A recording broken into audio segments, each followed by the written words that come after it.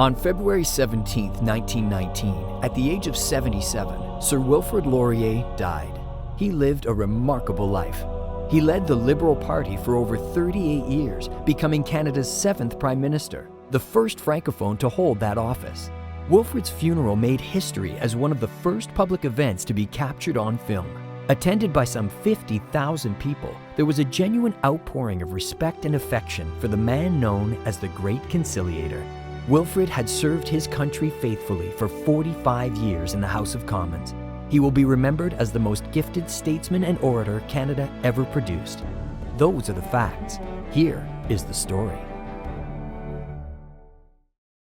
Wilfrid's family traced its roots back 7 generations in North America to New France.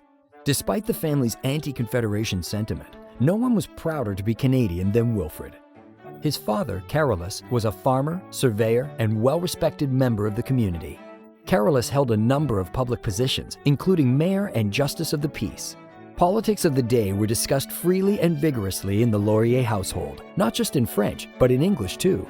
Carolus himself was bilingual, literate, and very liberal in his views, skills and traits he eagerly wished to pass on to his son. During the 19th century, tuberculosis became the world's deadliest disease. It was often called consumption because the disease literally consumed the body. The more it took hold, the weaker and frailer the victim became. Wilfrid's sister and mother died from tuberculosis. Given his own coughing and poor health, it's no wonder that Wilfrid thought he had it too. Having tuberculosis meant a virtual death sentence. The most common treatment remained rest, preferably outdoors, away from the city, breathing in fresh country air. Treatment with life-saving antibiotics didn't come into wide use until the 1950s. From the moment they met, Wilfrid and Émilie Barthes formed a mutual attraction. The relationship grew closer and closer over the years. Despite being married to other people, their mutual affection wasn't a secret. Wilfrid often sought out Émilie's company. They shared intellectual pursuits and common literary interests. They conducted an intense correspondence through letters, of which only some of Wilfrid's letters to Émilie survived. He would often ask about her children. It has been speculated, but never proven, that he might have been the biological father of her son Armand, who bore a resemblance to Wilfrid. On July 29, 1910, in Saskatoon, Wilfrid had embarked on his second cross-country tour. He bought a newspaper and carried on a conversation with the young news seller. They talked back and forth. It became clear the boy recognized his customer and was more than happy to share his ideas. The Prime Minister was delighted.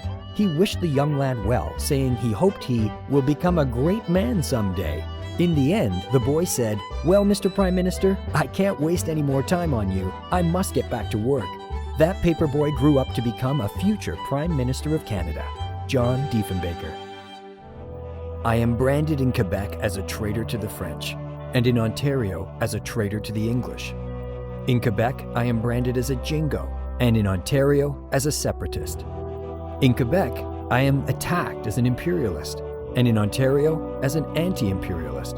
I am neither. I am a Canadian. Canada has been the inspiration of my life. I have had before me, as a pillar of fire by night and a pillar of cloud by day, a policy of true Canadianism, of moderation, of conciliation.